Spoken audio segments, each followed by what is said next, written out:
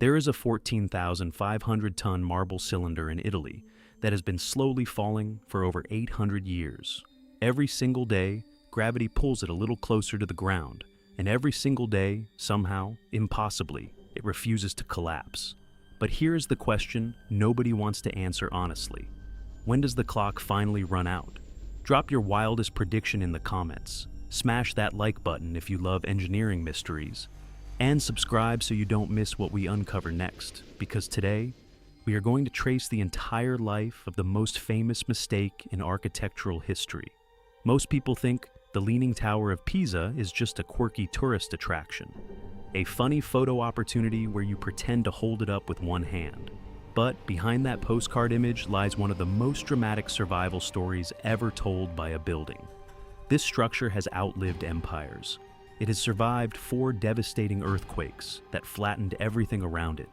A fascist dictator nearly destroyed it with his ego. And in 1990, the Italian government was so terrified of its imminent collapse that they surrounded it with armed military and closed it to the public for an entire decade. Computer models predicted it could topple any day, possibly within hours during a heavy rainstorm. Journalists from around the world camped outside the police barricades, broadcasting live, waiting to capture the moment this ancient monument finally surrendered to gravity. Tourists paid insane amounts of money for hotel rooms with a view of the square, hoping to film the historic crash for millions of views. And yet, here we are. The tower still stands. Barely. Today we are going to dig into the catastrophic engineering blunder that started it all, the insane rescue operation that reads like a heist movie, the physics paradox that turned its greatest weakness into a superpower, and the terrifying global crisis that is silently dragging entire modern cities underground as we speak. By the end, you will never look at a building the same way again. Let us start at the very beginning. In a city drunk on its own power. The year is 1173. The independent city-state of Pisa is at the absolute peak of its wealth and military dominance. Its navy controls key Mediterranean trade routes. Gold is flowing in.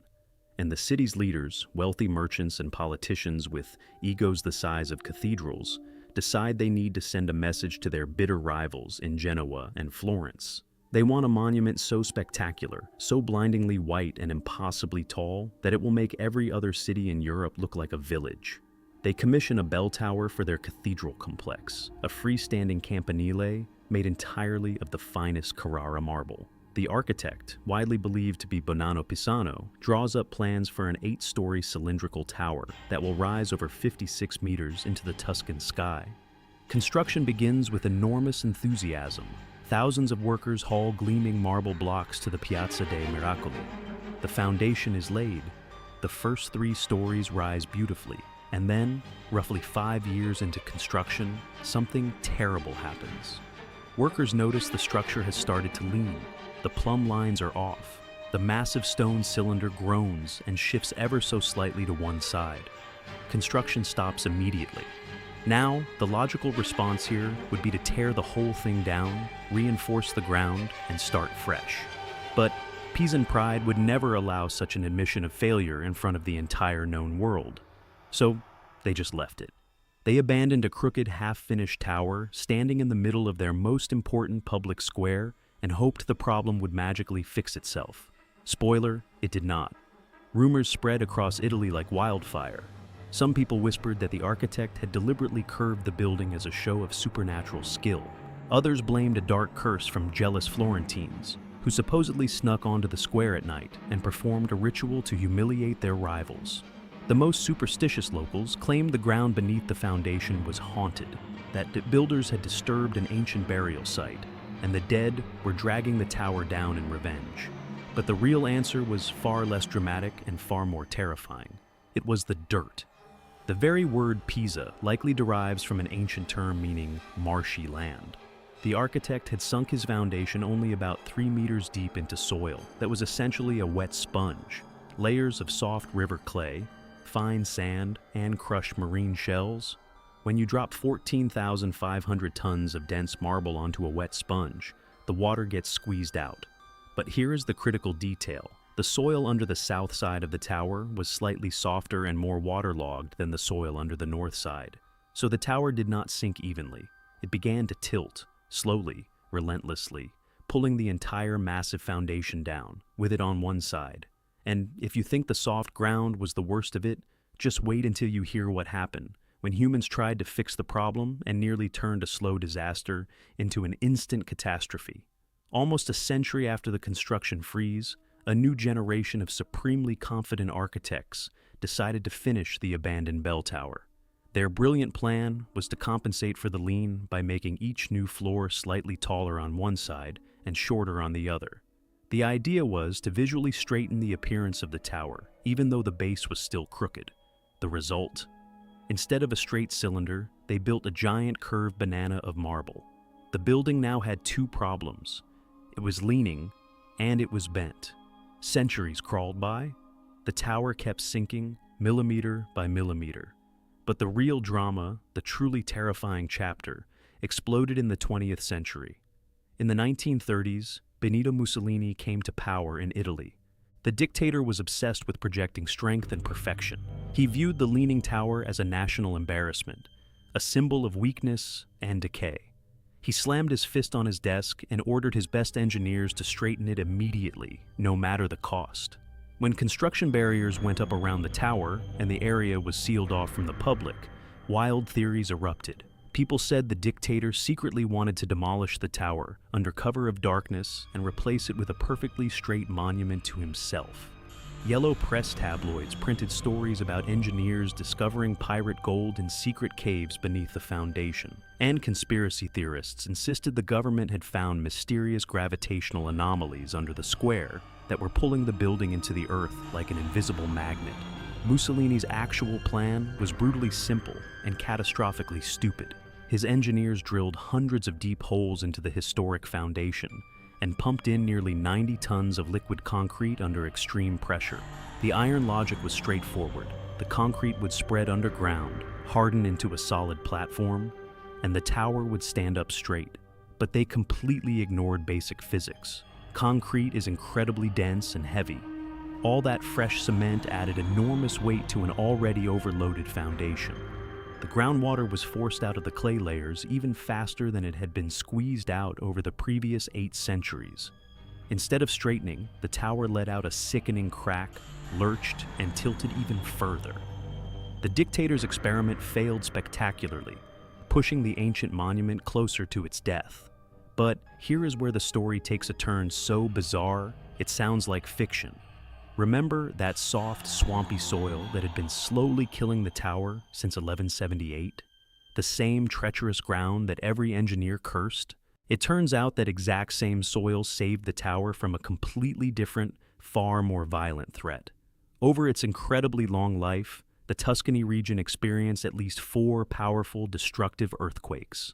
These were moments of absolute terror. The ground literally split open. Neighboring stone churches folded inward like cardboard. Sturdy bridges cracked and crashed into rivers. Any normal, upright building subjected to those kinds of seismic forces would shatter and fall. The Leaning Tower of Pisa, already hanging by a thread, already tilting dangerously toward the earth, should have crumbled into dust at the first major tremor. But every single time the shaking stopped and the dust settled, terrified citizens crawling out of their shelters saw the same impossible sight. The crooked white bell tower was still standing, completely intact, without losing a single important stone. This absolutely defied explanation. Historical archives contain accounts of awestruck people who genuinely believed angels were physically holding the tower upright. Modern internet conspiracy theorists have gone further, claiming that the unknown builders embedded secret anti-gravity technology into the structure that activates automatically during seismic events. The scientific answer is almost as mind-blowing as the conspiracy theories. Researchers at the University of Bristol studied this paradox and identified a phenomenon called dynamic soil structure interaction. Here is what that means in plain language. During an earthquake, seismic waves slam into a building's foundation and try to shake it apart. Rigid buildings on firm ground absorb those vibrations directly and crack under the stress. But the Tower of Pisa sits on that thick cushion of soft, wet clay. When earthquake waves hit the marble foundation, the soft soil acts like a gigantic shock absorber. It swallows the destructive vibrations before they can reach the stonework. The tower's significant height and rigid stone body, combined with the softness of the earth beneath it, created a unique physical effect. The building simply rocked gently on its muddy pillow, like a boat riding ocean swells, while every stiff, firmly planted structure around it snapped from internal stress. The very flaw that was slowly killing it over centuries was simultaneously protecting it from sudden death. The tower had been cheating destruction its entire life. But by the late 20th century, gravity was done being patient. The year is 1990. The lean has reached a terrifying record of 5.5 degrees. The top of the 56-meter tower has drifted nearly 5 meters away from where it should be. If you stood beside it on the square in those years, you felt it in your chest, this primal physical dread, as though the massive cold marble was about to come crashing down on you at any second. Inside the Italian government, panic was absolute. The latest computer simulations showed a nightmare scenario. A single prolonged rainstorm, a strong gust of wind, even a minor seismic tremor could trigger total, instantaneous collapse. The authorities made an unprecedented and painful decision. The tower was closed to all visitors overnight. Tourists were expelled. Armed military personnel formed a tight perimeter around the entire square. International media went into a frenzy. Reporters broadcast live from behind the barricades around the clock, confidently predicting that this 800-year-old monument would crash before the weekend. Some tourists paid outrageous sums for tiny hotel rooms overlooking the piazza, desperate to capture the moment of collapse on camera. There were even persistent rumors that the government was secretly destabilizing the tower at night using cables, staging a dramatic finale to generate global attention and profit from the spectacle of its fall. The assembled engineers had days, maybe hours, to shift the center of gravity of a 14,500-ton building. They knew the overloaded soil beneath the south side could give way at literally any moment. To buy precious time, they wrapped the first floor in enormously strong steel cables, cinching the tower like a giant seatbelt. Then, under cover of darkness, trucks delivered massive lead ingots, nearly 600 tons of them, roughly the weight of 20 fully loaded freight trucks. These lead counterweights were carefully stacked, block by block, on the raised north side of the foundation. The sheer mass of heavy metal was supposed to act like a ship's anchor, holding the falling building back from the edge of the abyss. But the cables and lead blocks were just a bandage slapped over a gaping wound. To truly save the Leaning Tower of Pisa once and for all, scientists had to devise a plan that sounded, when first proposed, like absolute clinical insanity. The Italian government assembled a special international committee of the finest engineering minds on the planet. Months of furious debate behind closed doors produced nothing. The problem was agonizing. Any physical intervention, any vibration from heavy equipment, could trigger instant collapse. And then a British geotechnical engineer named John Burland walked to the whiteboard and proposed an idea that made his conservative colleagues physically recoil. He said calmly, "We are not going to try to lift the fallen south side. That is hopeless. Instead, we are going to very carefully lower the north side, the side that is currently raised up in the air." This sounded to everyone in the room as insane as trying to yank a tablecloth from under a table full of expensive crystal glasses and hoping nothing breaks. Burland's opponents openly questioned his sanity. Prestigious newspapers called him a madman who would personally destroy Italy's most iconic symbol. Architecture professors argued, with considerable fury, that drilling into the soil beneath an already catastrophically fragile ancient foundation would create massive underground voids into which the tower would simply drop like a stone. There were even wild conspiracy theories that the engineers secretly wanted to disassemble the tower, brick by brick, number every stone, and rebuild it on solid concrete somewhere else, passing off the replica as the original. Burland's method, officially called controlled soil extraction, was terrifyingly delicate. Engineers installed dozens of thin drill tubes at precise angles beneath the north, elevated side of the foundation. The drills were narrow, almost like metal drinking straws. The best heart surgeons in the world operate with the same kind of precision. With the machines running, scientists began extracting soil literally 1 teaspoon at a time. Over many grueling months of around-the-clock work, they removed a total of roughly 38 cubic meters of earth from beneath the tower, Under the crushing weight of the building, the microscopic voids created by the extraction immediately and safely closed. Millimeter by millimeter, the north side began to settle downward. Stress sensors embedded in the stone screamed at their limits. Engineers slept 2 hours a night in trailers parked on the square. But the plan worked flawlessly. The tower was gently eased back to a safe position. Burland and his team had pulled off the impossible. But while every camera in the world was pointed at that one square in Italy, a far larger and more disturbing problem was quietly gathering force deep beneath our own feet. The Leaning Tower of Pisa grabbed all the headlines and all the glory, but it is far from the only victim of relentless gravity on this planet. Right now, the famous Big Ben clock tower in the heart of London is slowly tilting off its vertical axis, making engineers nervously double-check their calculations. The gleaming glass skyscrapers of Manhattan are gradually, centimeter by centimeter, sinking into the ground under their own colossal weight. A 2023 study estimated that the combined mass of over 1 million buildings in New York City is pushing the metropolis down by approximately 1 to 2 millimeters per year. That might sound trivial, but compounded over decades, it means parts of the city are measurably closer to sea level than they were when your grandparents were born. And in Indonesia, the situation became so dire that the government officially decided to relocate its entire capital from Jakarta to a brand new city on a different island. The reason? Jakarta is sinking at a rate of up to 25 centimeters per year in some neighborhoods. Entire districts are already below sea level, protected only by crumbling seawalls. Cities are drowning, infrastructure is cracking, and it is happening right before our eyes every single day. Such massive, irreversible changes to familiar landscapes naturally breed fear.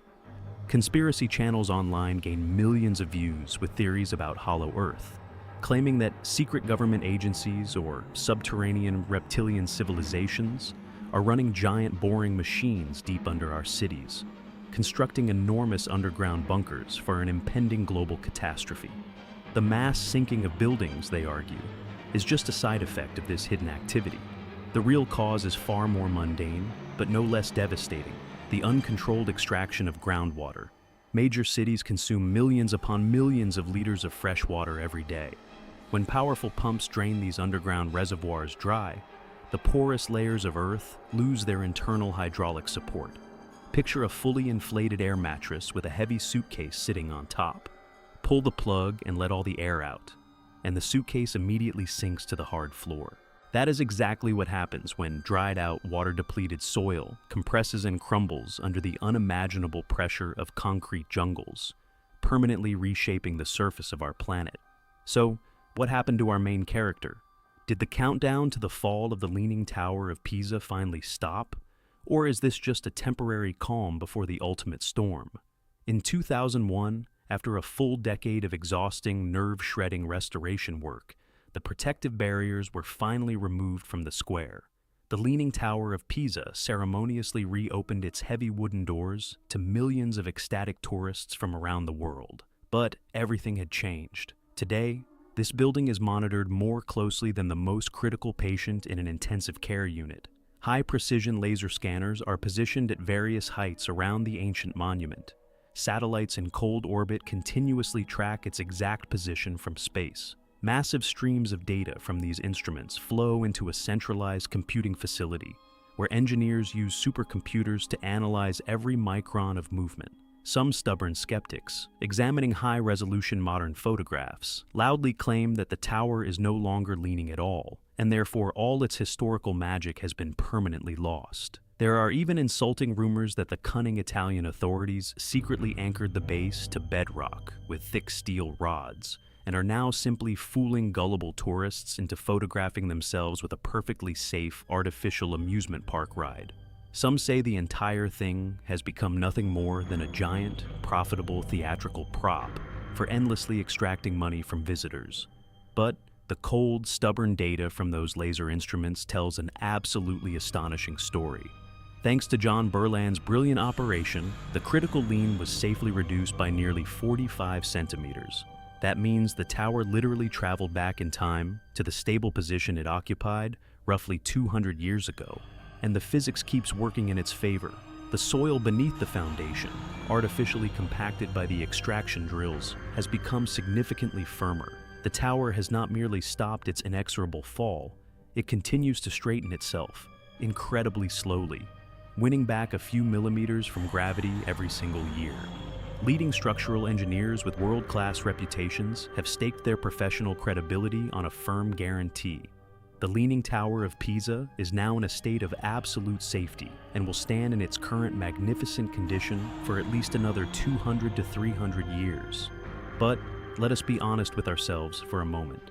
300 years is a long time for us. It is nothing for geology. The ground beneath Pisa has not stopped being soft. The water table has not stopped shifting.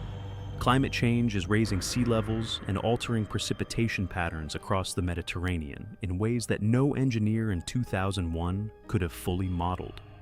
The Adriatic and Tyrrhenian seas are creeping closer. Rainfall is becoming more erratic, more extreme. Every torrential downpour saturates that ancient clay a little differently. Every prolonged drought dries it out a little more. The cycles of wet and dry put stress on a foundation that was never designed to handle any stress at all. And there is the human factor. Over 5 million tourists visit the tower every year. 5 million pairs of feet. 5 million bodies pressing on staircases that were built when the population of the entire city was a fraction of that number. The vibrations from footsteps, from nearby traffic, from construction projects in the expanding modern city that now surrounds the ancient square, all of it feeds into the equation. Engineers account for these forces. They model them, they measure them, they adjust for them. But models are only as good as the assumptions they are built on. And the Earth has a way of surprising even the most careful predictions. The honest answer to the question of when the Leaning Tower of Pisa will fall is this. Probably not in your lifetime, probably not in your grandchildren's lifetime, but eventually, on a time scale that geology measures in blinks, every human structure returns to the ground. The pyramids are eroding. The Great Wall is crumbling at its edges. Concrete skyscrapers built in the last 50 years are already showing their age. Marble does not last forever. Nothing does. And that is precisely what makes this story so extraordinary. We looked at a building that was doomed from its very first day. A structure born from arrogance, built on a swamp, bent into a banana by desperate architects, nearly killed by a dictator's concrete, shaken by earthquakes, and pushed to the absolute brink of collapse by 8 centuries of relentless gravity. And at the last possible moment, a quiet British engineer with a crazy idea and a handful of metal straws pulled it back from the edge. We witnessed how the same soggy soil that spent centuries dragging the tower to its death suddenly became its greatest protector during the most violent earthquakes, absorbing shockwaves like a natural airbag, while rigid buildings all around it shattered. We watched a dictator try to brute force physics and fail spectacularly, learning the hard way that you cannot bully the laws of nature with concrete. And we confronted the unsettling reality that the problem is not limited to one famous tower in Tuscany. Right now, beneath our own cities, the same fundamental battle between weight and earth is playing out on a scale that dwarfs anything the Pisans could have imagined. Our world is far more fragile, far more dynamic, and far more strange than any textbook can fully capture. The laws of physics are absolute and unforgiving, but human ingenuity, stubbornness, and the sheer refusal to accept defeat have proven again and again that we can find solutions in the most impossible places. The Leaning Tower of Pisa is not a monument to failure. It is the greatest testament to human defiance ever built. It is living proof that even when everything is falling, when centuries of gravity and bad decisions and natural disasters are stacked against you, science can find the right point of leverage and change the course of history.